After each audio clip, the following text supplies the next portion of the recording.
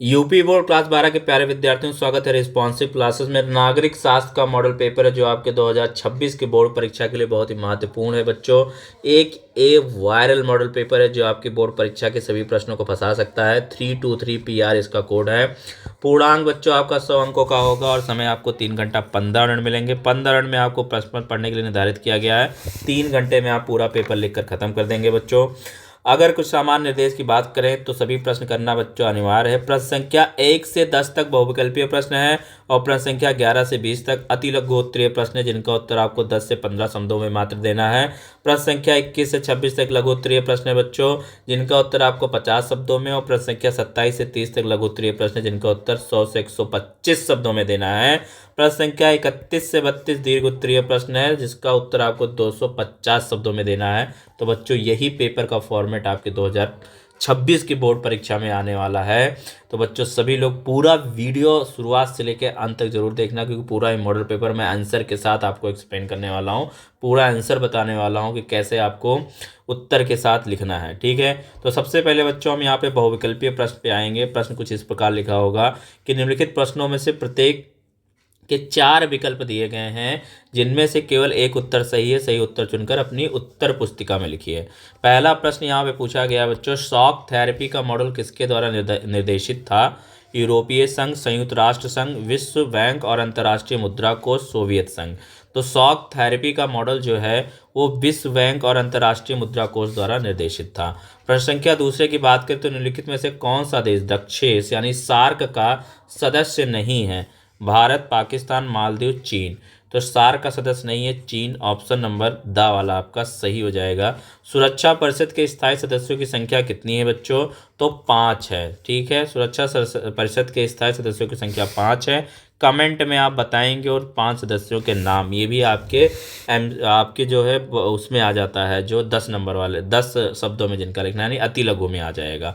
तो ये आप कमेंट करके बताएंगे। ठीक है, प्रश्न संख्या चौथा है, किस वर्ष में भारत ने नीति आयोग की स्थापना की?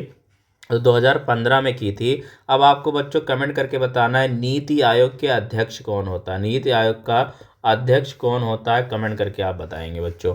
पांचवा प्रश्न है कि स्वतंत्र भारत के प्रथम स्थायी स्वास्थ्य मंत्री कौन थे? तो राजकुमारी अमृत कौर। स्वतंत्र भारत के प्रथम स्वास्थ्य मंत्री कौन थे? तो राजकुमारी अमृत कौर। चलिए अगला प्रश्न देखेंगे, छठा वाला, कांग्रेस का विभाजन किस वर्ष हुआ था बच्चों? तो कांग्रेस का विभाजन किस वर्ष हुआ था? तो 1967 में हुआ था। ऑप्शन नंबर सा वाला आपका सही हो जाएगा। सातवां प्रश्न है, द्वितीय पंचवर्षीय योजना का मुख्य बल किस पर था? तो उद्योग पर था। यानी कि द्वितीय पंचवर्षीय योजना किस पर ज़्यादा थी, कि किस पर ज़्यादा हम जोर देंगे? तो उद्योगों पर, उद्योग को ज़्यादा इंडस्ट्रियलाइजेशन करेंगे। फिर आ जाइए प्रश्न संख्या 18वां है बच्चों, जय जवान जय किसान का नारा किसने दिया था? तो लाल बहादुर शास्त्री, जवाहरलाल नेहरू, इंदिरा गांधी, अटल बिहारी वाजपेयी। तो ये जय जवान जय किसान किसका था? लाल बहादुर शास्त्री जी का था। नवा प्रश्न है बच्चों, सूचना का अधिकार RTI अधिनियम किस वर्ष पारित हुआ? तो ये 2005 में पारित हुआ था बच्चों। बिल्कुल ये इंपॉर्टेंट है, RTI एक्ट, सूचना का अधिकार अधिनियम 2005 में पारित हुआ। राज्य पुनर्गठन अधिनियम किस वर्ष लागू किया गया था? तो 1956 में लागू किया गया था। सा वाला यहाँ पे सही हो जाएगा। फिर बच्चों यहाँ पे अति लघु प्रश्नों को हम देखेंगे। प्रश्न संख्या 11 से 20 तक का है आपका अति लघु उत्तरीय प्रश्न। प्रश्न संख्या 11 है कि बर्लिन की दीवार किसका प्रतीक थी और इसे कब गिराया गया? तो बर्लिन की जो दीवार है वो पूंजीवादी और साम्यवादी दुनिया के बीच विभाजन का प्रतीक थी। इसे 9 नवंबर 1989 को गिराया गया। फिर 12वां प्रश्न बच्चों, सोवियत संघ के विघटन की घोषणा किन 3 बड़े गणराज्यों ने की थी? तो रूस, यूक्रेन और बेलारूस ने दिसंबर 1991 में सोवियत संघ के विघटन की घोषणा की थी। प्रश्न संख्या 13वां है, आसियान का मुख्य उद्देश्य क्या है? तो इसका मुख्य उद्देश्य दक्षिण पूर्व एशिया देशों के आर्थिक विकास को तेज करना और क्षेत्रीय शांति व स्थिरता बनाए रखना है। फिर बच्चों आ जाइए 14वां प्रश्न है, सुरक्षा परिषद के किन्हें 2 वीटोधारी देशों के नाम लिखिए? तो अमेरिका और रूस हैं। ठीक है, फिर आ जाइए बच्चों, वीटो पावर यानी जो आपके स्थायी सदस्य होते हैं वो वीटो में होते हैं। तो अमेरिका, रूस, चीन, फ्रांस और ब्रिटेन, यही आपके 5 वो सदस्य हो गए। 5 सदस्य जो स्थायी सदस्य हैं। फिर आ जाइए, अब भारत 15वां प्रश्न है, भारत ने अपना पहला परमाणु परीक्षण कहाँ किया था? तो भारत ने अपना पहला परमाणु परीक्षण बच्चों मई 1974 में राजस्थान के पोखरण में किया था। 16वां प्रश्न बच्चों, द्वितीय पंचवर्षीय योजना के योजनाकार कौन थे? तो द्वितीय पंचवर्षीय योजना जो कि 1956 से 61 तक चली थी, के मुख्य रणनीतिकार प्रसिद्ध अर्थशास्त्री पीसी महालनोबिस थे। फिर आ जाइए 17वां प्रश्न बच्चों, शिमला समझौता किनके बीच और कब हुआ था? शिमला समझौता 3 जुलाई 1972 को भारत के प्रधानमंत्री इंदिरा गांधी और पाकिस्तान के जुल्फिकार अली भुट्टो के बीच हुआ था। 18वां प्रश्न बच्चों, मंडल आयोग की मुख्य सिफारिश क्या थी?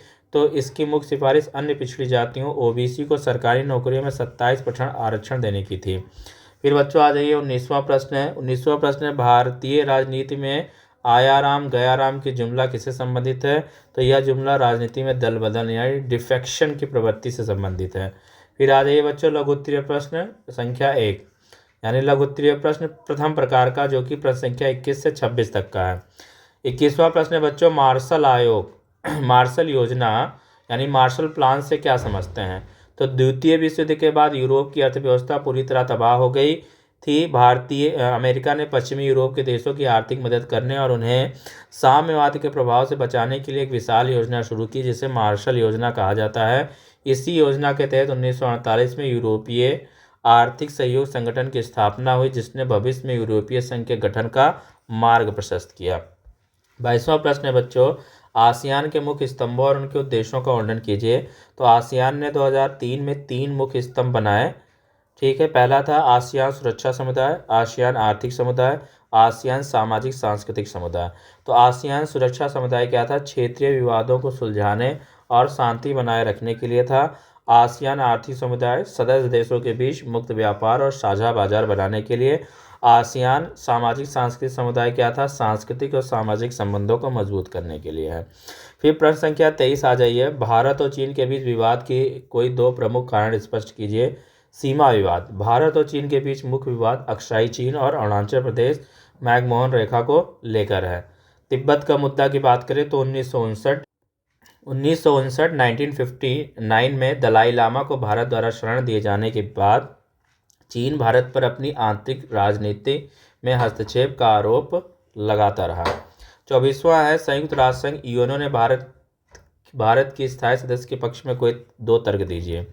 संयुक्त राष्ट्र संघ यूएनओ में, ठीक है, तो विशाल जनसंख्या और लोकतंत्र, भारत विश्व का सबसे बड़ा लोकतांत्रिक देश है और इसकी जनसंख्या विश्व का एक बड़ा हिस्सा है। शांति अभियानों में योगदान की बात करें तो भारत संयुक्त राष्ट्र के शांति स्थापना अभियानों में हमेशा अग्रणी रहा है। साथ ही भारत की उभरती आर्थिक शक्ति में इसका एक मजबूत आधार है। फिर देखिए बच्चों 25वां प्रश्न बहुत ही इंपॉर्टेंट प्रश्न है, आज़ादी के समय भारत के सामने राष्ट्र निर्माण की कौन सी प्रमुख चुनौतियां थीं? आज़ादी के समय भारत के सामने राष्ट्र निर्माण की कौन सी प्रमुख चुनौतियां थीं? बताओ बाबू, कौन सी चुनौतियां थीं?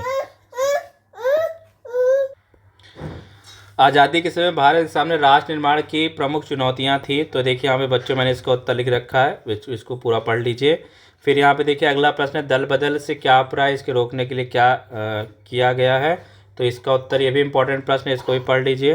फिर लघु उत्तरीय प्रश्न द्वितीय आ जाएंगे, प्रश्न संख्या 27 से 30 तक है। 27वां प्रश्न है, भारत की विदेश नीति की मुख्य सिद्धांतों का सविस्तार वर्णन कीजिए। तो बच्चों देखिए प्रश्न बहुत इंपॉर्टेंट है, इसका उत्तर मैंने लिख रखा है, पॉज करके पूरा अच्छे से पढ़ लीजिए, आपके बोर्ड परीक्षा में पूछा जाएगा। कुछ ऐसे ही पूरा उत्तर आपको लिखना है, ठीक है। फिर आ जाइए, लोकतांत्रिक व्यवस्था का संकट के रूप में 1975 के आपातकाल और कारणों और इसके द्वारा प्राप्त सबकों का परीक्षण कीजिए। देखिए ये प्रश्न भी इंपॉर्टेंट है, सारे इंपॉर्टेंट प्रश्न है, वीडियो पॉज कीजिए और अच्छे से पढ़ लीजिए, यहाँ पे लिख दिया है। फिर सोवियत संघ के विघटन के प्रमुख कारणों का सविस्तार वर्णन कीजिए, ये भी मैंने उत्तर लिख रखा है, वीडियो पॉज कर लीजिए, आराम से पूरा इसको पढ़ लीजिए।